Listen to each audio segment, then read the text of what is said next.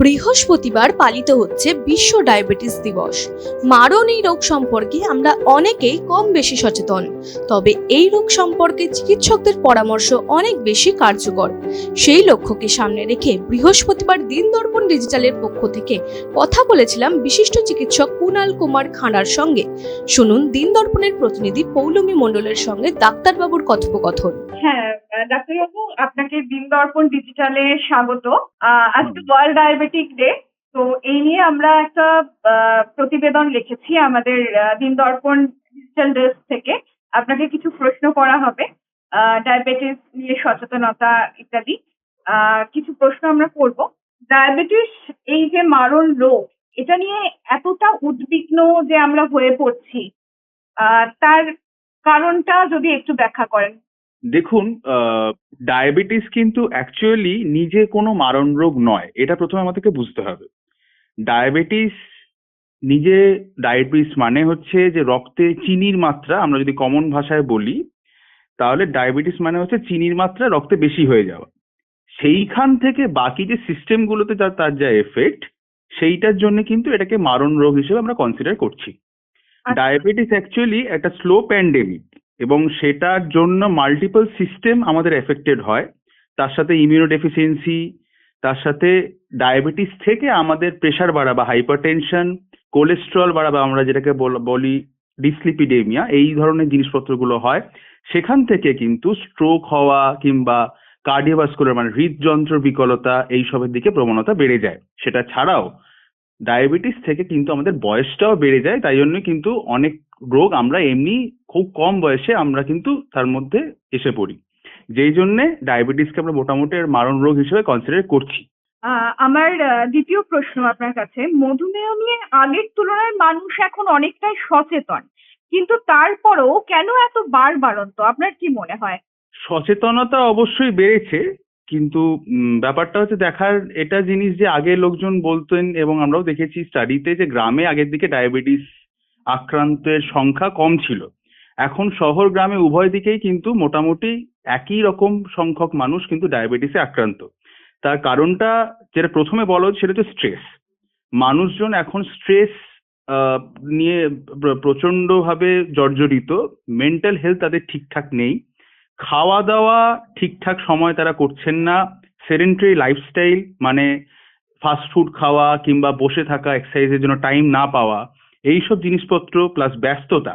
শহরের ব্যস্ততা গ্রামের ব্যস্ততার মধ্যে এখন যেটা তফাৎ সেটা হচ্ছে যে কৃষিকাজ গ্রামের দিকে বেশি হলেও সেখানেতে স্ট্রেস রিলিভিং যে আগে ফ্যাক্টরগুলো ছিল, যেমন নাটক, যাত্রাপালা, মানুষজন এখন সেলফোনে অ্যাডিকশন বেশি, যার জন্য বসে থাকাটা বেড়ে গেছে, যেটাকে আমরা অন্য কথা সেডেন্টারি লাইফস্টাইল হিসেবে ব্যাখ্যা করি।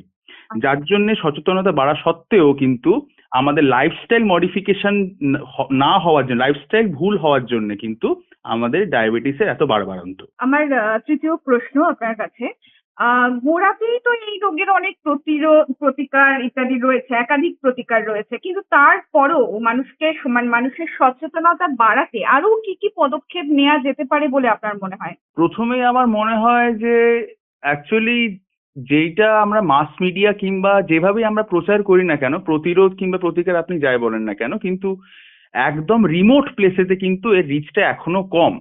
সেটা ছাড়াও মানুষের মনের মধ্যে অনেক ডাউট আছে এটা নিয়ে, মধুমেহ নিয়ে বিভিন্ন জিনিসের জিজ্ঞাসায় যেগুলো তারা বুঝতে পারেন না। প্লাস আমাদের যে স্ক্রিনিং যে প্রসিডিওর গুলো সেগুলো কিন্তু এডিকুয়েট নয়।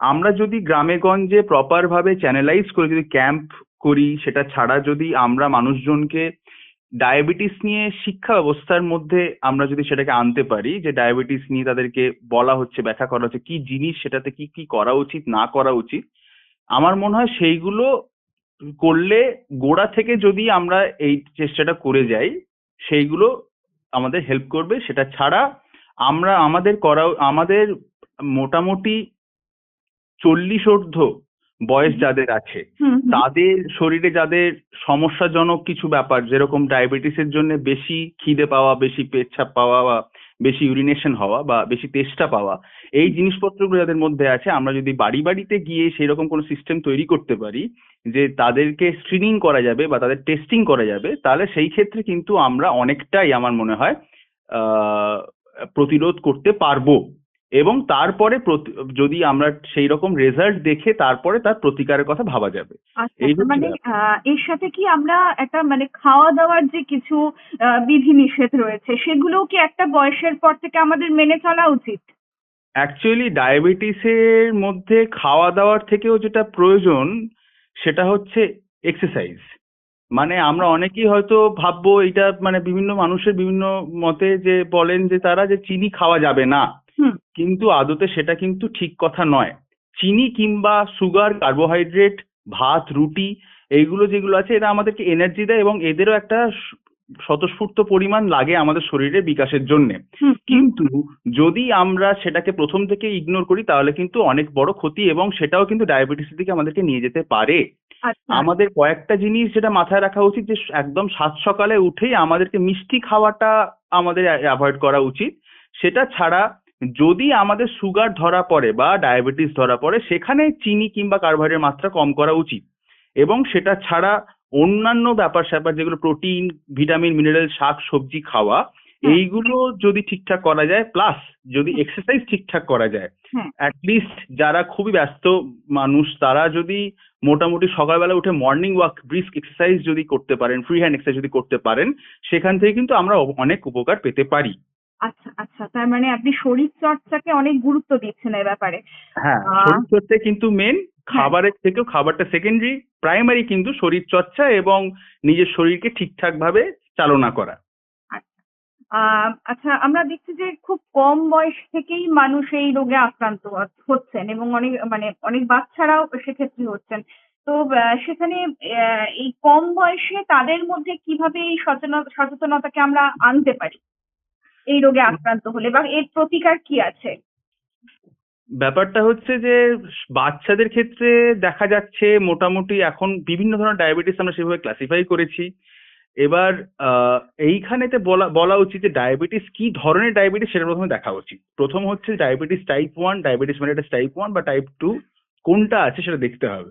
বিভিন্ন জিনিসের ট্রিটমেন্ট মানে প্রতিকার কিন্তু আলাদা, প্রতিরোধ কিন্তু আলাদা।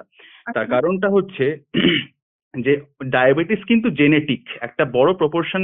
দেখা যায় যে বাবা মা কিংবা তার প্যারেন্টস যদি ডায়াবেটিসে আক্রান্ত থাকে, হুম, সেই ক্ষেত্রে কিন্তু বাচ্চাদের মধ্যে তাড়াতাড়ি আসার প্রবণতা বেশি থাকে। হুম। সেটা ছাড়াও বাচ্চাদেরকে অনেক সময়তেই মা বাবারা চেষ্টা করেন বেশি করে খাওয়াতে, যাতে তাদের ওজনটা বৃদ্ধি পায়। এই করতে করতে তাদেরকে এত বেশি খাওয়ানো হয় যে তারা খুবই কম বয়সে স্থূল আকার ধারণ করে, হুম। যার জন্যে সেটাতে কিন্তু পরের দিকে তাদের ডায়াবেটিস আসার সম্ভাবনা বেশি। সেটা ছাড়াও আজকাল মোবাইলে বাচ্চাদের দেখে খাওয়ানো, সেটা ছাড়া আহ, উম, আহ, বেশি করে খাওয়ানো, ফাস্ট ফুড দেওয়া, চিপস দেওয়া, টিফিনের মধ্যে চিপস, কেক, পাউরুটি, যত বাইরের জিনিসপত্র আছে সেইগুলো দেওয়া কিন্তু আমরা আস্তে আস্তে বিপদের দিকে তাদেরকে ঠেলে দিচ্ছি। এইগুলো আমাদেরকে মাথায় রাখতে হবে যে বাচ্চাদেরকে যতটা পারা যায় যে ঘরের তৈরি খাবার এবং যতটা পারা যায় বাইরের চিপস কিংবা ফাস্ট ফুড থেকে বিরত রাখা, এবং তার সাথে হচ্ছে যে তাদের সাথে তাদের মধ্যে খেলাধুলার যে মনোভাব, যেটা আস্তে আস্তে লোপ পেয়ে যাচ্ছে, ভিডিও গেমের দিকে বেশি আসক্ত হয়ে মানে পড়ছে। আপনি অনেকটাই খেলাধুলো মানেই সেই আবার শরীর চর্চার কথা হ্যাঁ, চলে আসছে। হ্যাঁ, হ্যাঁ, মানে হ্যাঁ, হ্যাঁ। মোটামুটি প্রত্যেক দিনই মানে মানুষের একজন প্রাপ্তবয়স্ক মানুষের শরীর চর্চা কতক্ষণ করলে তার অনেকটা উপকার হতে পারে? সে কতক্ষণ সময় রাখতে পারে? আমরা সকলেই এখন এই ব্যস্ত জীবনের মধ্যে রয়েছি। আপনার কি মনে হয় কতক্ষণ রাখা যেতে পারে শরীর চর্চার সময় আলাদাভাবে? দেখুন, প্রত্যেকটা বয়সের সাথে সাথে প্রত্যেকটা মানুষের সময়ের, তাদের কাজের সময়ের ডিফারেন্স থাকে। বাচ্চাদের ক্ষেত্রে তারা ফুটবল, ক্রিকেট যতটা ইজিলি খেলতে পারবে বা অ্যাভেল করতে পারবে, কিন্তু বড়দের ক্ষেত্রে তার ডিফারেন্স আছে সেখানে যদি বড়দের ক্ষেত্রে বলি তাহলে অ্যাটলিস্ট 20 মিনিটস ব্রিস্ক ওয়াকিং যদি আমি বলি, যারা খুবই ব্যস্ত তারা এটা করতে পারে। সেটা ছাড়া ছোটদের যেরকম ছোটবেলাতে আমরা যারা ছিলাম তাদেরকে বিকেল বেলাতে খেলার জন্য এনকারেজ করা হতো, স্কুল থেকে ফেরার পরে হুম। 4টে 5টা কিংবা বিকেলের দিকটা মোটামুটি 2 ঘন্টা খেলা ইজ এনাফ। হুম। 2 ঘন্টা যদি তারা ঠিকঠাক খেলতে পারে কিংবা স্কুলেতে গেমস পিরিয়ড থাকে সেই টাইমটা যদি তারা ইউজ করে, বাকি সময়টা পড়াশোনার ওপর দিয়ে থাকেন তারা, তাতেও কিন্তু অসুবিধা নেই, বরং সেটা তাদের শরীরের জন্য ঠিকঠাক। খেয়াল রাখতে হবে যে শরীর চর্চা বা খেলাধুলার সাথে যেন খাবারের জিনিসটাও মানে তারা কি খাচ্ছে টোটালি এটা ব্যালেন্সের সিস্টেম এটা। এবার সেইটা যদি ঠিকঠাক করে রাখা যায় ব্যালেন্সটা, যে ওজন ঠিকঠাক আছে, তাহলে কিন্তু আমরা ডায়াবেটিসের থেকে অনেকটাই মুক্ত হতে পারবো। আমাদের দিনদর্পণ ডিজিটালের তরফ থেকে আপনাকে শেষ প্রশ্ন। বিশ্ব মধুমেহ দিবসে আপনি মানুষের জন্য, সাধারণ মানুষের জন্য কিছু বার্তা যদি দেন। প্রথম কথা হচ্ছে বিশ্ব মধুমেহ দিবস WHO বা ওয়ার্ল্ড হেলথ অর্গানাইজেশন থেকে একটি প্রকল্প বলতে পারেন, যেখানে মানুষকে একটা বার্তা দেওয়া ডায়াবেটিস থেকে বা সুগার থেকে বাঁচার এবং তার প্রতিরোধ সম্বন্ধে।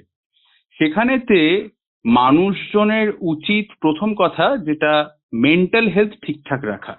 মানে আমরা অনেক সময়তে দেখি যে মানুষ আজকাল স্ট্রেসে ভোগার জন্য কিন্তু ডায়াবেটিসের আক্রান্ত হয়ে পড়ছেন। সেটা ছাড়া তাদের অনেক সময়তে ডিপ্রেশনে মানুষের ওভার ইটিং বা বেশি বিঞ্জ ইটিং যেটাকে বলা হয়, বেশি খাওয়ার প্রবণতা থাকে, তারা ফাস্ট ফুড খায়, সবসময় খিদে পায়। সেইটা জিনিসগুলো আমাদের কিন্তু খেয়াল রাখতে হবে। ইমিডিয়েট আমরা যদি সেরকম দেখি, আমরা বন্ধু বান্ধব দেখি কিংবা নিজেদের মধ্যে দেখে বুঝতে পারি, তাহলে কিন্তু আমাদের এক্সপার্ট হেল্প বা ডাক্তারের কাছে যাওয়া উচিত। সেটা ছাড়া আমাদের যাদের মধ্যে এই ধরনের সিমটম থাকছে, যে আমাদের বেশি খিদে পাচ্ছে কিংবা বেশি বাথরুম যেতে হচ্ছে কিংবা বেশি তেষ্টা পাচ্ছে, এই ধরনের জিনিসপত্র যখনই মোটামুটি দেখা যায় কিংবা শরীরে দুর্বলতা হঠাৎ কোনো কারণ ছাড়া, সেখানে কিন্তু আমাদেরকে সুগার টেস্টটা করে নেওয়া উচিত। সুগার টেস্টে বিভিন্ন ধরনের জিনিসপত্র হয়, সেগুলো ফাস্টিং বা খালি পেটে কিংবা ভরা পেটে, সেটা ছাড়া HbA1c লেভেল, যেটা আমাদের অ্যাকচুয়ালি আমাদেরকে দেখায় যে কতটা তার সুগারের পরিমাণ অ্যাকচুয়ালি বেশি, সেইটা কিন্তু যদি আমরা ঠিকঠাক করে মনিটর করতে পারি, সেটা যদি আমরা সঠিক সময়তে যদি ধরতে পারি, তাহলে কিন্তু আমরা ডায়াবেটিসের কমপ্লিকেশন গুলো থেকে অনেকটাই মুক্ত হতে পারবো। আর সেই সময় ডায়াবেটিস যখন ধরা পড়ছে, তার সাথে সঙ্গে সঙ্গে কিন্তু আমাদেরকে চোখের চেক আপ বা কিডনির চেক আপ, এইগুলো কিন্তু বাকি জিনিসপত্রগুলো করে নেওয়া উচিত।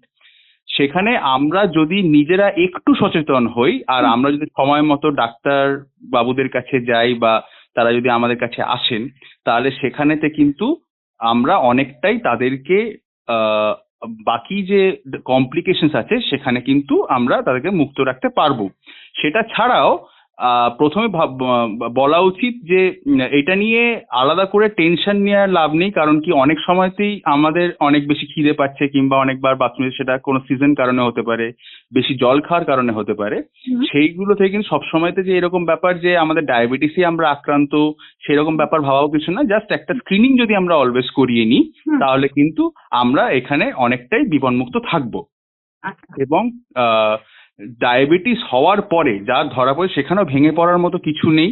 যদি ঠিকঠাক 3 মাস অন্তর অন্তর বা 6 মাস অন্তর অন্তর, যেরকম আপনার ডাক্তারবাবু বলবেন, আপনাকে HbA1c লেভেল যদি ঠিকঠাক মনিটর করা যায়, বাকি সিমটম গুলো থেকে আপনি যদি ঠিক নিজে সেটা নিয়ে জানেন কিংবা আপনার সমস্ত কিছু জিনিসপত্রকে ইগনোর না করে আপনি যদি সেখানে এক্সপার্ট হেল্পের কাছে যান, তাহলে অবশ্যই সেখানে আপনাদের বিপদের সম্ভাবনা কিন্তু খুবই কম। এবং কারণ কি, ডায়াবেটিস নিজে কোনো ডিজিজ নয়, ডায়াবেটিস একটি মানে ডিজিজ সমূহ বলতে পারি আমরা, স্লো প্যান্ডেমিক বলতে পারি সেটাকে। তার কারণটা হচ্ছে যে আস্তে আস্তে তার মাত্রা যেটা আছে সেটা অনেকটাই বাড়ছে আমাদের এখানে। 1 in 3% আজকাল ডায়াবেটিস আনডায়াগনোজ থাকছে। তো সেখানে যদি ডায়াবেটিসে আমরা ডায়াগনোসিস ঠিকঠাক করে সময় মতো করতে পারি, তাহলে কিন্তু আমরা অ্যাকচুয়াল যে রোগগুলো, যেগুলো স্ট্রোক, হার্ট বা চোখের রোগ, কিডনির রোগ, এইগুলো থেকে কিন্তু আমরা নিজেদেরকে বিপদমুক্ত রাখতে পারি। মানে সার্বিকভাবে একটা সচেতনতা বোধ যদি মানুষের মধ্যে তৈরি হয়, তাহলেই আমরা এই রোগগুলো থেকে অনেকটা বিপদমুক্ত থাকতে পারবো। একদম একদম। ধন্যবাদ আপনাকে দিনদর্পণ ডিজিটাল ডেস্কে। এই মারণ রোগ থেকে বাঁচার উপায় চিকিৎসা বিজ্ঞানে থাকলেও সার্বিক সচেতনতা গড়ে তোলা প্রয়োজন, যাতে আক্রান্ত হওয়ার আগেই এই রোগকে সমূলে উপড়ে ফেলা যায়। তাই শরীরের প্রতি খেয়াল রাখা ও যত্ন নেওয়া সুস্থ থাকার মূল চাবিকাঠি।